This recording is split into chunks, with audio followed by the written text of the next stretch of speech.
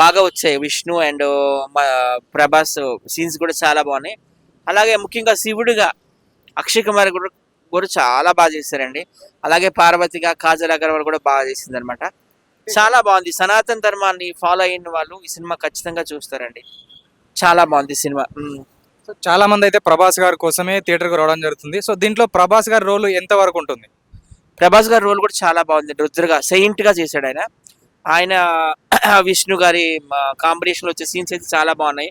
ఇంకా ప్రభాస్ వచ్చినప్పుడు అయితే థియేటర్ ప్రసాద్ మల్టీప్లెక్స్ బద్దలైపోయిందేమో అనుకున్నాను నేనైతే మాత్రం. చాలా మంది ప్రభాస్ కోసం వచ్చిన వాళ్ళు ఉన్నారు. మోహన్ లాల్ కోసం వచ్చిన వాళ్ళు ఉన్నారు.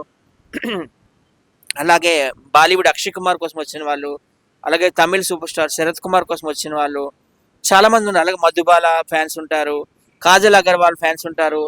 ఇది మల్టీ స్టార్ మూవీ కదా, సో అందరి కోసం వస్తారు. మీరు అన్నట్టు ఎక్కువగా ప్రభాస్ గారి ఫ్యాన్స్ వచ్చారు. ప్రభాస్ గారు ఇంక థియేటర్కి వచ్చినప్పుడు అయితే దద్దరిల్లిపోయింది.